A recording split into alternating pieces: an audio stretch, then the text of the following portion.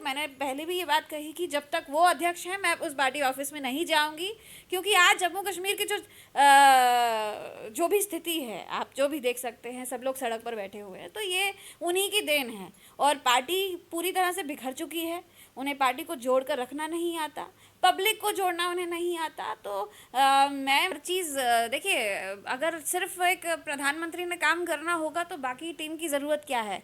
फिर जम्मू कश्मीर में जो इतनी बड़ी टीम लगाई है, या फिर इतना बड़ा एडमिनिस्ट्रेशन है, या पॉलिटिकल लीडर्स हैं, उनकी क्या ज़रूरत है? वो इसीलिए है कि हर किसी इंसान का एक काम होता है, हर लेवल पे जाकर एक काम। आप देख रहे हैं न्यूज़ सैर इंडिया और मैं हूं अरफाज अहमद एंग। आज की खास मुलाकात में हमारे साथ मौजूद हैं अदिति शर्मा जी, जो कि बीजेपी की सीनियर लीडर हैं। मैम, स्वागत है आपका न्यूज़ सैर इंडिया में। Thank you.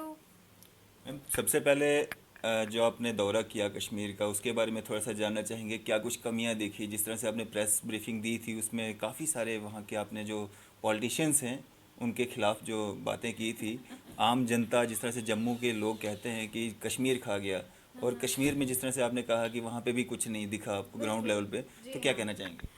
बिल्कुल, ये सही बात है कि मतलब जब मैं वहाँ पर गई, आज तक यही होता रहा है कि जम्मू वाले बोलते हैं कि सब कुछ कश्मीर ले गया, और कश्मीर वाले कश्मीर में जब वहाँ जाकर देखा तो वहाँ पर ग्राउंड पे तो कुछ है नहीं।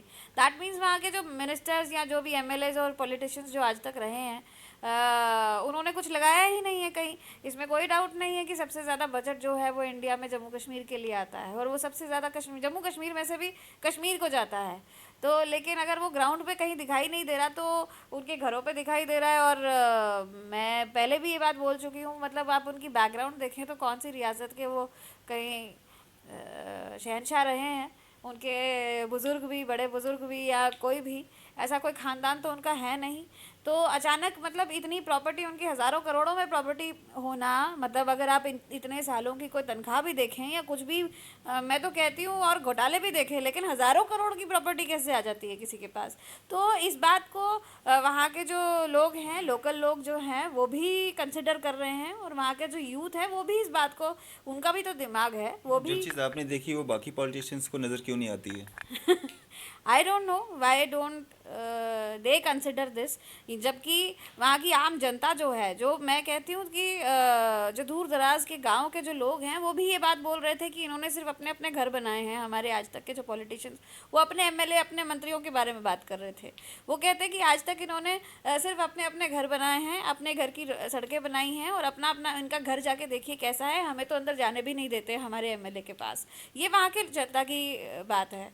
तो बाकी रही हमारे बाकी पॉलिटिशियंस, तो मुझे लगता है कि हर कोई अपनी कमियां छुपाने के लिए दूसरे के ऊपर आरोप नहीं लगाता, क्योंकि हर कोई जानता है कि हम दूसरे के बारे में बोलेंगे तो हमारी बारे में भी बहुत कुछ सामने आएगा। अदिति मैम, आपके बारे में जिस तरह से कहा जाता है कि बीजेपी सीनियर लीडर, लेकिन आपका जो यहाँ जम्मू कश्मीर का धड़ा है बीजेपी का, जी। वही ये चीज़ मानने को तैयार नहीं है कि अदिति शर्मा क्योंकि हमारा मैं हिस्सा है। पार्टी ऑफिस में नहीं जाती हूँ, और पार्टी ऑफिस में ना जाने का मतलब यही है कि मेरे पास ना इतना टाइम है, और ना मेरे पास इतना फालतू वक्त है कि मैं वहाँ पर जाकर अपने ही लोगों को हार पहनाती रहूँ एक दूसरे को। मतलब डजंट मेक एनी सेंस कि आप मैं मेरे पीए को हार पहना रही हूँ, वो मुझे पहना रहा है।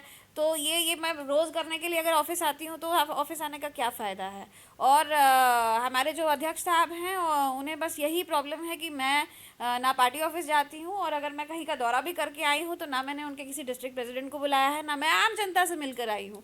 अगर मुझे आज भी उन्हीं डिस्ट्रिक्ट प्रेसिडेंट से मिलना होता, या आज भी उन्हीं टीम से मिलना होता, तो मुझे जनता की जो सही बात है वो तो मुझे पता ही नहीं चलती। मैं यहीं पर बैठे बैठे अगर बोलूँ कि अपने वर्कर्स को बुलाकर, तो जो वो बोलते हैं उनकी बात मानकर, यही तो गलतियाँ आज तक के पॉलिटिशियंस ने की हैं, तो वही गलती मैं भी करूँगी तो कुछ भी सामने नहीं आने वाला। तो बाकी अगर उन्हें लगता है, तो मैंने पहले भी ये बात कही कि जब तक वो अध्यक्ष हैं मैं उस पार्टी ऑफिस में नहीं जाऊंगी, क्योंकि आज जम्मू कश्मीर की जो भी स्थिति है, आप जो भी देख सकते हैं, सब लोग सड़क पर बैठे हुए हैं, तो ये उन्हीं की देन है। और पार्टी पूरी तरह से बिखर चुकी है, उन्हें पार्टी को जोड़ कर रखना नहीं आता, पब्लिक को जोड़ना उन्हें नहीं आता। तो मुझे लगता है कि पब्लिक के साथ रहना ज़्यादा अच्छा समझती हूँ।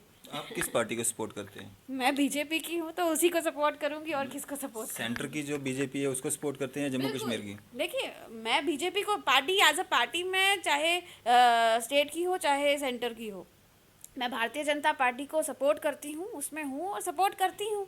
और जब तक मुझे आइडियोलॉजी में लगता है कि इनकी आइडियोलॉजी अच्छी है, मैं ज़रूर सपोर्ट करूँगी, आगे भी करूँगी। बाकी संघ हमारे खून में है, उससे तो हमें कोई अलग नहीं कर सकता। मैम, जिस तरह की राजनीति आप करते हैं, आपको नहीं लगता है आप अकेली एक ऐसी पॉलिटिशियंस हैं जो इस तरह की राजनीति करते हैं कि अपने ही घर में अपने ही लोगों से बैर कर रहे हैं?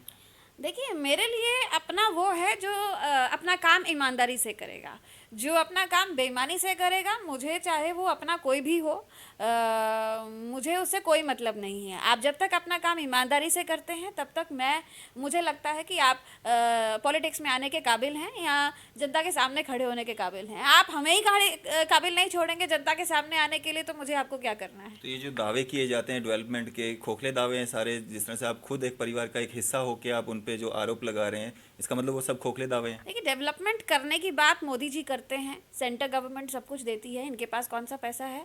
वो तो गवर्नमेंट पैसा देती है, फंडिंग करती है और फंडिंग कर रही है, इसमें कोई शक नहीं ग्राउंड लेवल है। पे उतना काम हो भी रहा है जितनी फंडिंग आ रही है? देखिए, प्रॉब्लम ये है कि हम काम कर सकते हैं या नहीं, लेकिन काम में टांग अड़ाने का काम बहुत अच्छा करते हैं यहाँ के लोग, यहाँ के जो पॉलिटिशियंस हैं, तो वो काम ये बेहतर कर रहे हैं। बीजेपी के? हाँ, ऐसे बहुत सारे हैं, खाली बीजेपी के क्यों, बाकी भी जो लीडर्स हैं, मुझे लगता है कि उन्हें पार्टी वार्टी छोड़कर फिलहाल अपने जम्मू कश्मीर की बात भी करनी चाहिए और जनता के बारे में भी सोचना चाहिए। अगर जनता के बारे में नहीं सोचेंगे तो आने वाले वक्त में वो किसी भी पार्टी के साथ रहने के लायक जनता नहीं छोड़ेगी उसे। जी मैम, तिरंगे पे एक काफ़ी विवाद बना हुआ है। जिस तरह महबूबा मुफ्ती की एक प्रेस कॉन्फ्रेंस होती है, उसके बाद में तिरंगे पे काफ़ी विवाद हो रहा है, तो कैसे देखते हैं आप इसको? देखो, तिरंगे की बात जब आती है तो फिर तो हम किसी पार्टी के भी नहीं होते, फिर तो हम इस देश के होते हैं। तो जब बात हमारे देश की आएगी, जब हमारे तिरंगे की आएगी, तो फिर तो वो बात बर्दाश्त के बाहर होगी और इसे कभी भी हम एक्सेप्ट नहीं कर सकते। ऐसे किसी भी लीडर को या ऐसे किसी भी एक जिम्मेदार नागरिक हम समझते थे उन्हें, महबूबा जी जिन्होंने ये बात कही है, तो अगर उन्होंने ऐसी बात कही है तो ये एक उनकी बात जो है वो प्रभाव डालती है और उसकी वजह से अगर हमारा यूथ या हमारे देश के कोई भी लोग जो हैं वो गुमराह होते हैं, तो मुझे लगता है वो थ्रेट हैं हमारे इंडिया के लिए, हमारी कंट्री के लिए और पेट्रियाटिज़म के लिए एक थ्रेट हैं। तो उन्हें बिहाइंड द बार्स होना चाहिए, नो डाउट। इसके ऊपर बहुत जल्दी एक्शन लेना चाहिए था। हमारे जो जम्मू कश्मीर की जो बाकी जो लीडर्स हैं, उन्हें भी इसके ऊपर बहुत जल्दी एक्शन लेना चाहिए था। अभी तक वो जेल में होनी चाहिए थी, क्यों नहीं है वो? तो ये दर्शाता है कि उनकी मैं कहूँगी नालायकी है हमारे लीडर्स की, कि अभी तक वो बाहर घूम रही हैं, अभी तक वो जो मन में आता है वो बोल देती हैं। ऐसे कैसे बोल देती हैं वो? जी। तो मैम, जिस तरह से आप देख रहे हैं कि जितना भी डेली वेजर्स है वो सड़कों पे है, रोज़गार नहीं है, अनएम्प्लॉयमेंट बहुत ज़्यादा हो गई है और जितने भी जो एग्ज़ाम्स होते हैं वो लीक हो जाते हैं, तो इसमें त्रुटियां कहाँ पे रह जाती हैं? जहाँ पे इतने बड़े बड़े सेंटर से भी दावे किए गए थे कि करप्शन कम होगा, लोगों को एम्प्लॉयमेंट मिलेगा, रोज़गार बढ़ेगा, तो ये चीज़ें ग्राउंड लेवल पे क्यों नहीं आ रही हैं? क्या कहाँ पे दिक्कत आ रही है? देखिए, सेंटर वाले पॉलिसीज़ निकाल सकते हैं, वो फंडिंग कर सकते हैं, वो अपॉर्चुनिटीज़ दे सकते हैं, पॉलिसीज लेकिन वहीं से आती हैं, फिर अमेंडमेंट होती हैं, फिर चेंज हो जाती हैं। क्योंकि हमारे जो नीचे जो लोग हर चीज़ देखिए, अगर सिर्फ एक प्रधानमंत्री ने काम करना होगा तो बाकी टीम की ज़रूरत क्या है? फिर जम्मू कश्मीर में जो इतनी बड़ी टीम लगाई है या फिर इतना बड़ा एडमिनिस्ट्रेशन है या पॉलिटिकल लीडर्स हैं, उनकी क्या ज़रूरत है? वो इसीलिए है कि हर किसी इंसान का एक काम होता है, हर लेवल पे जाकर एक काम होता है। तो अगर बाकी लेवल्स बिल्कुल मुझे लगता है यहाँ पर डीएक्टिवेट हो चुके हैं, उनकी इस डीएक्टिवेशन की वजह से ही आज हमारी ये दशा है कि हमारे सब कुछ होने के बावजूद, सारी फंडिंग होने के बावजूद, हम लोग ग्राउंड लेवल पर कहीं डेवलपमेंट कुछ नहीं देख रहे। हमारे लोग सड़क पे खड़े हैं, हमारी यूथ जो है वो सड़क पर खड़ा है, डेली वेजेस हैं, उनको उनकी इतनी बुरी दशा कर दी है। It's not about only 61,000 daily wages, उनकी फैमिलीज, बच्चे कैसे पढ़ते हैं उनके, मैं तो ये नहीं समझ पा रही। उसके बाद में हम करोड़ों रुपया खर्चा कर देंगे उनके ऊपर कि ये ड्रग्स ना लें इनके बच्चे, ये मुहिम चलाने के लिए या और भी बहुत सारे तरीके से, या फिर जब हथियार उठाएंगे तो हम बोलेंगे कि अब ये हथियार छोड़ दें और हम उनको नौकरी देंगे। इस तरह की बहुत बड़ी चीज़ें बाद में बनाने से बेहतर है कि पहले ही आप क्यों नहीं ऐसा काम करते कि मतलब ये नौबत ही ना आए। तो ये सब काम मुझे लगता है हमारे लीडर्स का होता है। वो ऐसे फीडबैक अगर सेंटर में नहीं देगी तो वो भी क्या कर सकते हैं? तो अदिति मैम, आप जहाँ भी जाते हैं लोगों का काफ़ी प्यार मिलता है आपको। बीजेपी के जो बाकी नेता हैं उनसे भी आप नाराज़ हैं। आप अपनी ही एक टीम क्यों नहीं बना लेते हैं? आप अपना ही एक बीजेपी का एक सेटअप क्यों नहीं तैयार करते हैं जिसमें अच्छे अच्छे लीडर्स को आप चुन के लाएं और वो लोग काम करें? देखिए मैं ऐसा क्या, इतना तो मैं नहीं कर सकती, लेकिन ये है कि मैं हमेशा वेलकम करती हूँ अच्छी सोच वाले लोगों का। और कहीं के भी हों, वो जम्मू कश्मीर के किसी भी कोने से लोग हों जो जनता के लिए काम करना चाहते हैं, जो डेवलपमेंट चाहते हैं, रोज़गार बढ़ाना चाहते हैं। और ये जो भी आज डिस्टर्बेंसेस हो रही हैं इनसे दूर सब पीस चाहते हैं, मैं उन सब लोगों का वेलकम करती हूँ। आज भी मैं उनका हर जगह मैं इतना वो रखती हूँ कि मैं उन्हें एक अच्छा प्लेटफॉर्म दे सकूँ। और मैं ये भी बता दूँ कि हमने एक सोशियो पॉलिटिकल मूवमेंट चलाई है जिसमें हमने सोशल एक्टिविस्ट और जो भी पॉलिटिकल लीडर्स जो अलग अलग जम्मू कश्मीर के जो मतलब वाकई में हित के लिए काम करना चाहते हैं, वो नहीं वो जैसी अपनी पार्टी बनाई है, मतलब अलग अलग पार्टी से वही जो आज तक लोग दुखी थे वही इकट्ठा करके आपने एक पार्टी बना दी। वो मतलब व्हाट डज दैट मीन? उसकी कोई सेंस नहीं बनी कि मतलब जिससे लोग इतने सालों से दुखी थे आपने उनको इकट्ठा करके एक जगह पर नाम बिठा नया दिया। दे दिया। बस नाम नया दे दिया। तो नो, मैं उसके हित में नहीं हूँ। मैं चाहती हूँ कि लोग इकट्ठा हों, लेकिन ऐसे लोग हों जो स्पिरिट के साथ काम करें। और मैं यूथ को चाहती हूँ यूथ आगे आए, इसमें एक्सपीरियंस्ड लोग भी होने चाहिए, बड़े भी होने चाहिए, बुजुर्ग भी होने चाहिए, तो उनका एक्सपीरियंस हमेशा काम आता है। लेकिन मैं बस जो लोग डेवलपमेंट चाहते हैं इररिस्पेक्टिव ऑफ रिलीजन, कास्ट, इन सब से बाहर आकर कोई सिर्फ मुझे लगता है जब हमारे यहाँ पर कोई डिस्टरबेंस होती है, क्रिएट होती है, अब कोरोना आया तो किसी एक रिलीजन, किसी एक कास्ट के ऊपर नहीं बिल्कुल आया, सबके सबके आए। लिए आया वो। तो ऐसा ही जो भी कुछ अगर कोई भी परेशानी आएगी, जब देश डूबेगा या कुछ भी होता है किसी भी कंट्री को, कहीं पर भी परेशानी आती है तो वो सबके ऊपर एक साथ आती है, किसी एक कास्ट या रिलीजन के ऊपर नहीं आती। तो हम पहले ही वो चीज़ें क्यों ना करें, हम पहले ही उस चीज़ के उस सोच के ऊपर क्यों ना चलें। अदिति मैम, जिस तरह से आप लोगों के बीच में जा रही हैं, लोगों का प्यार आपको भरपूर मिल रहा है, जिस तरह से हम देखते रहते हैं वीडियोस में आपको, तो इलेक्शन कहाँ से लड़ने वाली हैं, जम्मू से या श्रीनगर से?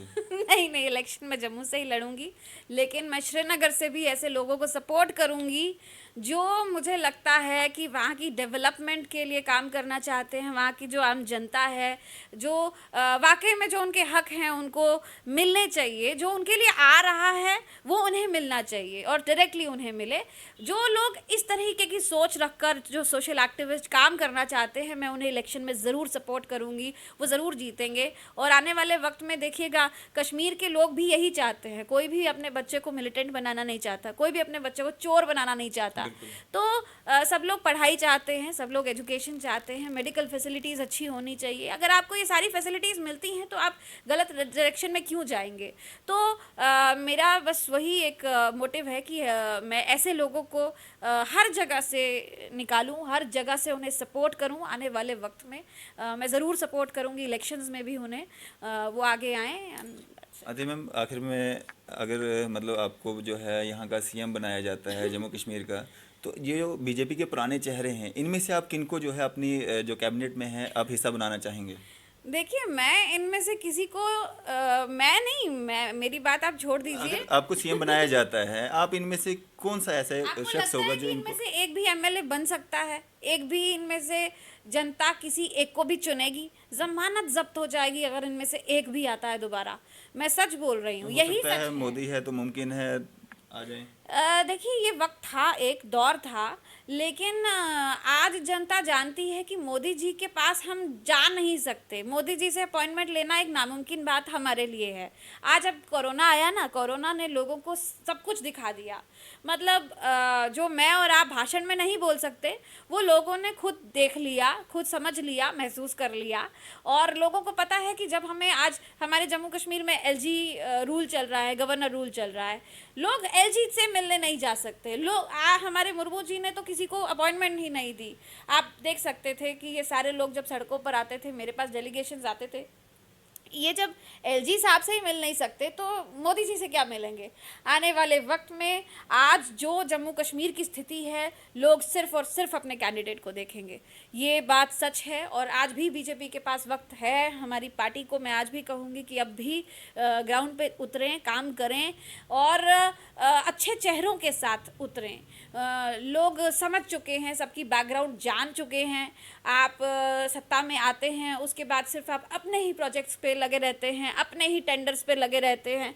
लोगों को सब कुछ पता होता है, कौन से टोल में किसकी भागीदारी है, ये सब जानते हैं। पूरी जनता जानती है यहाँ पर कौन से टोल प्लाजा में किसका हिस्सा है, किसकी पार्टनरशिप है, सब कुछ सबको पता है। मेरे बताने से या आपके बताने से कुछ नहीं होगा। बिल्कुल। Everybody knows this. अब शिकायतें तो बहुत जाती होंगी, आपकी पार्टी ऑफिस में सेंटर तक जाती होंगी, तो आपको कोई ऊपर से प्रेशर नहीं आता कि आप इस तरह से जो है पार्टी के खिलाफ जाके बातें करते हैं या बिल्कुल, मतलब? जब मैं पार्टी के खिलाफ बोलूंगी तो पार्टी वाले मुझे बोलेंगे। मैंने कभी आज तक पार्टी की नीति या पार्टी के खिलाफ कभी कुछ बोला नहीं है। आज तक एक लफ्ज मैंने नहीं बोला, लोग भी क्योंकि तो मुझे पार्टी, नहीं उसी लगा। पार्टी के लोग भी तो होते हैं। देखिए, पार्टी के लोग जिस दिन मोदी जी को पता चलेगा कि इस तरीके से ऐसी बात है, मुझे लगता है Modi ji will be the first person जो उन्हें पार्टी से बाहर निकालेंगे। इस तरह के लोग तो कोई भी नहीं अपनी पार्टी में चाहता। वो तब तक हैं जब तक वो एक्सपोज नहीं होते। जब वो एक्सपोज हो गए, मुझे नहीं लगता कोई भी पार्टी ऐसे इंसान को पसंद करेगी। और मैं जानती हूँ तो मैं बोलूँगी, जनता जानती है और मैं क्यों नहीं बोलूँगी जब जनता जानती है, सारे जानते हैं। मुझे लगता है अगर इन्होंने कुछ उल्टे सीधे काम भी किए थे तो मुझे लगता नहीं कि इन्हें आया वो करना। अगर पहले भी कांग्रेस ने किया, आज कई सालों बाद उनका उजागर हो रहा है, लेकिन इनका तो 3 साल में ही उजागर हो गया सब कुछ। तो मैं बस इतना ही कहूँगी, पूरी जनता जानती है, मोदी जी भी जानते हैं, सेंटर सब लोग जानते हैं यहाँ किसने क्या किया है। जितने भी लीडर्स रहे हैं, जितने भी मंत्री हमारे रहे हैं, एमएलएज रहे हैं, उनकी एक एक कहानी, उनकी एक एक चीज़, उनके साथ कितने लोग हैं, उनकी गली में भी अगर उनको कोई पसंद करता है या नहीं करता, ये सब कुछ सेंटर जानता है। बिल्कुल जानता है। तो मैम आखिर में क्या मैसेज रहेगा आम जनता के लिए और अपने जो ये लोग हैं जिनकी आप बात करें उनके लिए भी? मैं अपने जो लीडर्स हैं उनके लिए इतना ही कहूँगी कि अब सुधर जाओ। बिल्कुल सुधरने की ज़रूरत है, क्योंकि आपकी वजह से हमारी पार्टी की इमेज भी ख़राब हो रही है। और दूसरी बात हमारी पब्लिक के लिए यही है कि अपने ज़रूर कैंडिडेट को देखें और इस बार उनका साथ दें जो डेवलपमेंट चाहता है। मैं कई बार एक चीज़ आपको बताना चाहूँगी, हमारे यहाँ पर कई ऐसी कॉन्स्टिट्यूंसीज़ हैं जहाँ पर देखते हैं यहाँ पर राजपूत वोट ज़्यादा है, यहाँ पर राजपूत को खड़ा करो, वहाँ ब्राह्मण वोट ज़्यादा है, वहाँ ब्राह्मण को बिल्कुल खड़ा ऐसे करो। ही होता है। तो प्लीज़ ये सब चीज़ें ना देखें इससे कुछ नहीं फ़र्क पड़ता। एक कैंडिडेट को देखें जिसने डेवलपमेंट करनी है, वो कभी कास्ट देकर नहीं करेगा। जिसके दिमाग में ये बातें हैं वो कभी राजनीतिक काम करने के लायक नहीं है, वो कहीं पर भी पॉलिटिशियन बनने के लायक नहीं है। ऐसे इंसान को कभी भी अपने सामने कहीं पर भी अपने सर पे मत खड़ा कीजिए। जी शुक्रिया मैम, हमारे साथ बातचीत करने के लिए और अपना कीमती समय देने के लिए। थे हमारे साथ अदिति शर्मा जी, जो कि बीजेपी की सीनियर लीडर हैं, जिन्होंने अपने व्यूज़ हमारे साथ साझा किए। फिलहाल इसी तरह की अपडेट्स के लिए आप देखते रहिए न्यूज़ शहर इंडिया। कैमरामैन शाहनवाज के साथ मैं अरफाज अहमद।